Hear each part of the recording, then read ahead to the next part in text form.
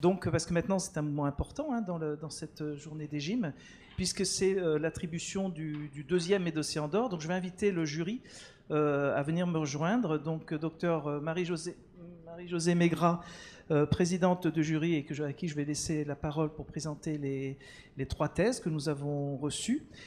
Et on prendra 1 ou 2 minutes par thèse pour que chacun explique. Et les autres membres du jury peuvent venir nous rejoindre.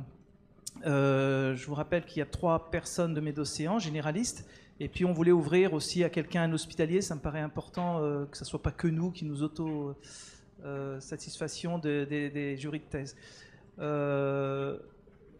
Donc cette thèse, il y avait un cahier des charges quand même, qui avait déjà été beaucoup travaillé l'année dernière. Il fallait qu'elle soit, il y avait un respect au niveau des dates, dont je ne me rappelle plus. En tout cas, il fallait que la thèse soit présentée au 31 octobre 2012 dans une université française et concernant un problème de médecine générale dans l'océan Indien. Voilà. Nous avons eu 3 thèses intéressantes. Donc je vais laisser la parole à Dr Maigrat et puis après nous dévoilerons le ou la vainqueur. Donc je vais citer Philippe au départ en préambule par rapport à notre motivation pour faire un jury de thèse. Donc comme il est important d'encourager le futur médecin à garder une certaine distance et une indépendance dans ses raisonnements, la thèse est une occasion majeure. Louis-Adrien Delarue nous l'a démontré. Donc on a retenu les critères pour postuler étaient les suivants. Donc un sujet de thèse de médecine générale ou de santé publique, une thèse soutenue auprès d'une université française avant le 31 octobre 2012, le sujet de thèse ayant rapport avec l'objet de l'association, questions soulevées en épidémiologie, soins primaires ou santé publique, ou ayant comme cadre la région Réunion ou l'océan Indien. La thèse également devait démontrer son indépendance vis-à-vis de l'industrie pharmaceutique, tant dans son élaboration que dans sa réflexion. Donc, notre jury était composé des 4 personnes ici présentes. Philippe nous a déjà présenté. Et donc, nous avons reçu cette année 3 thèses. De la tradition réunionnaise à l'avant-gardisme expérimental. C'est vraiment le reflet un petit peu de ce qui se passe chez nous. Alors, je vais vous donner les titres des 3 thèses. L'étude descriptive d'une cohorte de 76 cas groupés d'enfants atteints de saturnisme à l'île de la Réunion par Madame le docteur Émilie Dotor. Est-ce qu'elle est là ? Viens. Comme ça, tu vas nous expliquer peut-être de façon directe, en 2 minutes, le contenu de ta thèse. Oui. Hein, c'est important, le prix en lui-même, c'est important le prix, c'est quand même 1 000 €, 500 € de remboursement des frais d'édition et un beau certificat. Donc si tu peux, viens ici. Si tu peux nous dire en 2 minutes le contenu de ta thèse et ce que ça t'a apporté et comment tu vois ça, et puis aussi comment tu vois peut-être ces journées de l'indépendance par rapport justement à ce prix de thèse. Bonjour à tous. Voilà, donc en fait j'ai souhaité étudier 76 enfants qui ont été diagnostiqués saturnins à l'île de la Réunion entre 2008 et 2011. En fait, tous vivaient dans un bidonville dans la ville du port.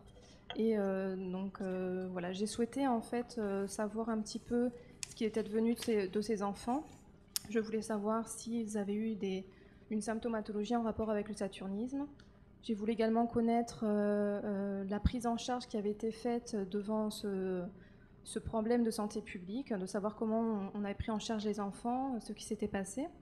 Et je voulais savoir un petit peu ce qu'avaient pensé les familles donc, de cette prise en charge et ce qu'ils en avaient, et ce qu'ils avaient compris de la maladie. Voilà. Merci beaucoup. Julie, non, c'est pas Julie. Émilie. Merci beaucoup, Émilie, pour ce travail sur le saturnisme. La deuxième thèse, c'est à propos d'une enquête prospective au sein de la population, consultant dans les cabinets de médecine générale sur l'île de la Réunion à propos des plantes médicinales, utilisation, effet, innocuité et lien avec le médecin généraliste par Madame le docteur Julie Dutertre. Est-ce que Julie Dutertre est là ?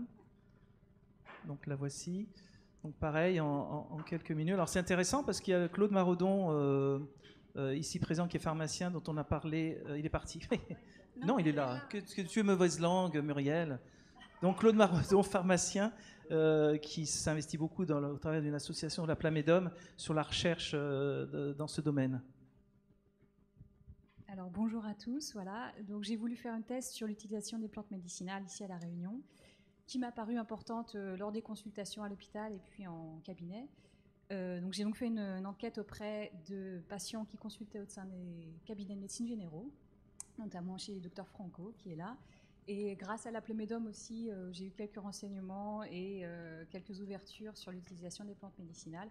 J'ai pu recouper en fait l'utilisation principale ici, en gros, sur mon enquête des plantes médicinales, et puis le lien que les gens voulaient en faire avec le médecin généraliste. En gros, pour résumer en quelques minutes, les gens utilisent beaucoup les plantes médicinales, ils veulent en parler avec leur médecin traitant, l'utilisation est faite de façon quotidienne, on va dire, et puis les gens pensent que vu que c'est naturel, il ne peut pas y avoir de danger, ou avec l'utilisation des médicaments, il ne peut pas y avoir d'interaction entre médicaments et plantes. Voilà. Merci beaucoup et bravo. Donc, pour Julie Monaillard, que je ne connais toujours pas, et qui nous écoute, donc je propose que tu vas peut-être l'expliquer un petit peu sa thèse. Donc, le sujet, c'est sur la télémédecine, une alternative à la permanence des soins en site isolé, expérience au cirque de Cilaos à l'île de La Réunion. Donc, en fait, c'est une étude sur les soins non programmés. Je vais réfléchir à la façon d'organiser les soins. Oui, vas-y. Docteur Jardem. Alors, la thèse était sur la télémédecine dans le cycle de Cilaos. C'est une nouveauté qui a été mise en place depuis maintenant 3 ans, qui a été évaluée sur une petite année à peu près. 9 oui, mois, une année. Oui. Donc en fait, c'est comment les gens qui vivent à Cilaos, qui est un cirque qui est complètement isolé, avec une faible densité de médecins, puisqu'il y a très peu de médecins généralistes, comment les patients qui sont ces personnes qui vivent dans les cirques de Cilaos peuvent accéder aux médecins, et en l'absence de médecins, comment va intervenir la télémédecine, à savoir que dans les horaires de la permanence de soins, les patients n'ont aucun accès à aucun médecin généraliste, et ils sont soit amenés par les pompiers vers l'hôpital de Cilaos le soir, ou soit par une ambulance privée amenés à l'hôpital de Saint-Pierre, en sachant que les pompiers ne peuvent pas sortir du cirque. Donc à partir du moment où il y a un appel au 15, soit les personnes vont à l'hôpital via une ambulance, ou les pompiers, soit ils vont directement à l'hôpital de Saint-Pierre.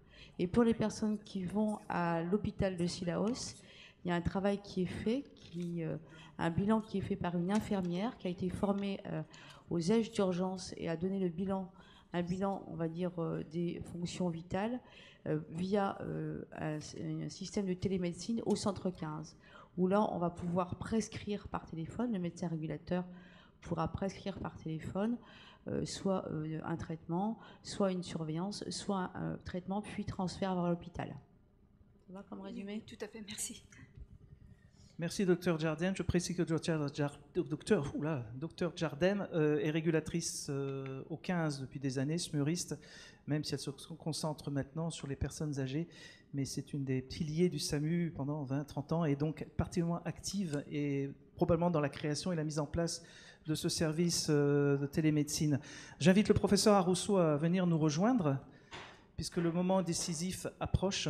Docteur Marie-Josée Maigrat va donc lui remettre une enveloppe. Dans cette enveloppe, il y a le nom de l'heureux ou l'heureuse élue